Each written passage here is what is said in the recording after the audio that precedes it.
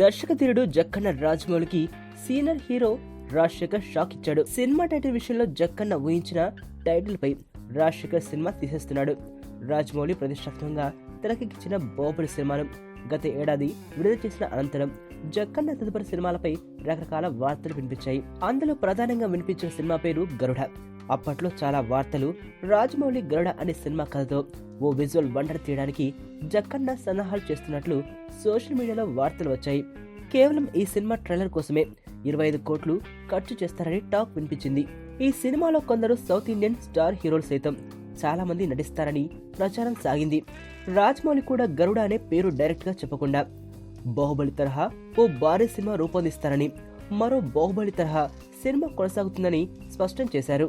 అయితే గరుడ అనే టైటిల్ విషయంలో జక్కన్న రాజమౌళి ఎంత సీరియస్ గా ఉన్నాడో తెలియదు కానీ ఆ టైటిల్ ను మాత్రం మరో సినిమాకు వాడేసుకుంటున్నారు. ఈ టైటిల్ పై రాజమౌళి శ్రద్ధ చూపించినట్లు లేడు.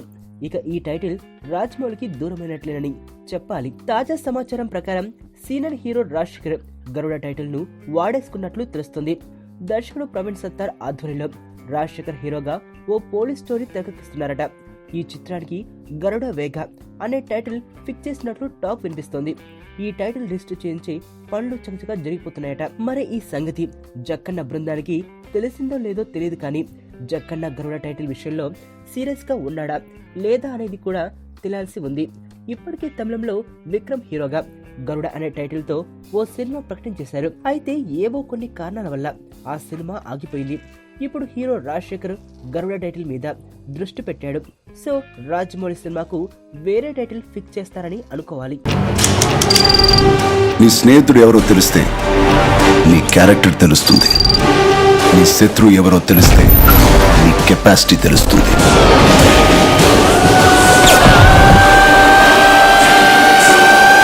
నా శత్రువుని సెలెక్ట్ చేసుకున్నాను.